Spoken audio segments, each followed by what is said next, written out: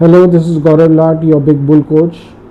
We are back with our daily series. आज क्या हुआ और आगे क्या होगा। आज क्या हुआ, आज निफ्टी 500 पॉइंट्स की छलांग लगाकर 23,300 के ऊपर बंद हुए। वही बैंक निफ्टी भी 1300 पॉइंट्स की छलांग लगाकर 52,300 पॉइंट्स के ऊपर ही बंद हुए।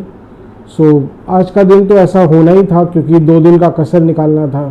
मैंने 2 दिन इन द सेंस कि Thursday and Friday US markets, Friday चूँकि हमारा मार्केट बंद था तो इन 2 दिनों में यूएस मार्केट्स ने जो अच्छी खासी गेंस ली थी तो उसका इफेक्ट, ओवरऑल इफेक्ट आना ही था।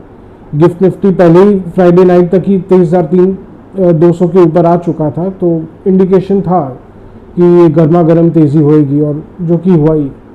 ऐसा क्यों हुआ? क्योंकि ट्रम्प बाबू थोड़ा और मान गए हैं, उनका गुस्सा थोड़ा और ठंडा हो गया है।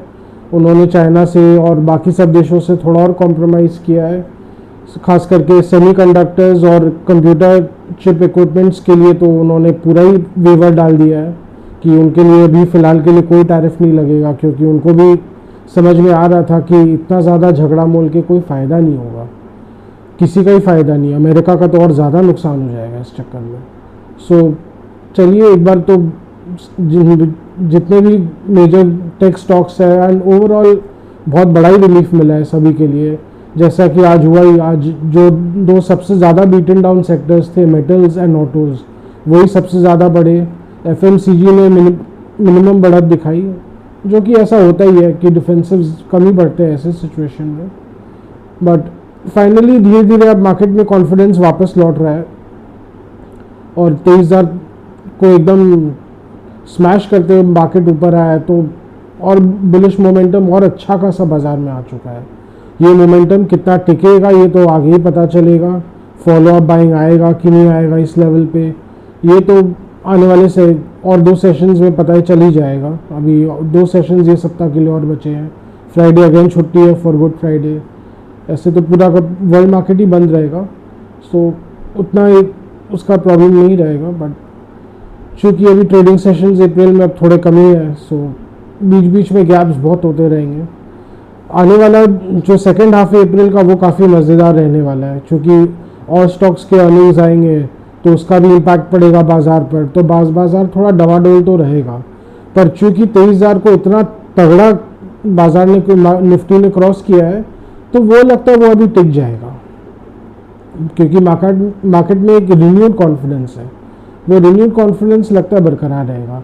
ये रिन्यूड कॉन्फिडेंस इसलिए भी है क्योंकि फॉरेन ब्रोकरेजेस ने इंडिया को अपग्रेड कर दिया है, जबकि अमेरिकन मार्केट्स को माइल्डली डाउनग्रेड किया है।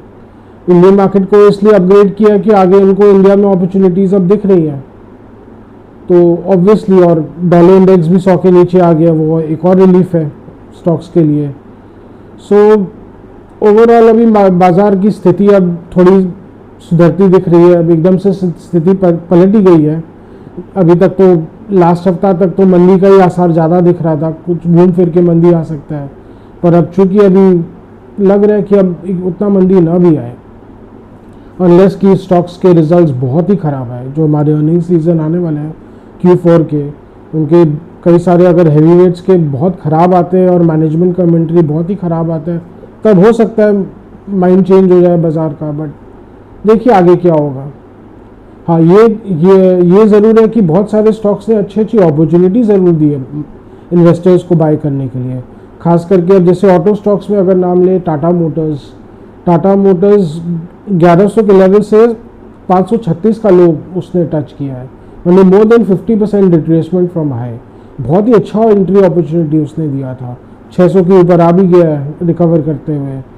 और उसके अलावा जैसे हम अगर देखें और भी कई सारे ऐसे नाम हैं जो नीचे से अब रिकवरी मूड में दिखा रहे हैं। कई सारे बीटन डाउन स्टॉक्स हैं आपके मेटल सेक्टर में टाटा स्टील देख लीजिए, नीचे अभी 115 के लेवल्स तक आ गए थे, अभी 155 से घूमकर 115 के लेवल्स, जो कि अभी वापस 125 के ऊपर आए हैं। अपॉर्चुनिटीज़ आते रहेंगे, लोग ग्रैब करते रहेंगे, जो अच्छे इन्वेस्टर्स हैं उनको ग्रैब करते रहेंगे, जो हमेशा डर में रहते हैं वो उनको मिस कर देंगे, या जो हमेशा अब और थोड़ा गिरे, थोड़ा और नीचे उस इंतज़ार में रहते हैं तो वो भी मिस कर देते हैं। तो वो तो देखिए खेल चलता ही रहेगा, जिनको लेना है वो तो लेंगे ही। जो SIP ले रहे हैं वो तो लेते ही रहेंगे। हालांकि अब लोगों का मुझे ये लग रहा है कि अब धीरे धीरे इस महीने से लोग SIP में वापस आएंगे। अब लोगों को बाज़ार में स्थिरता दिखेगी, लोगों का कॉन्फिडेंस वापस आएगा। जो रेगुलर इन्वेस्टर्स है, जो SIP वाले इन्वेस्टर्स है, वो वापस आ सकते हैं। So on the whole market situation थोड़ा ठीक लग रहा है।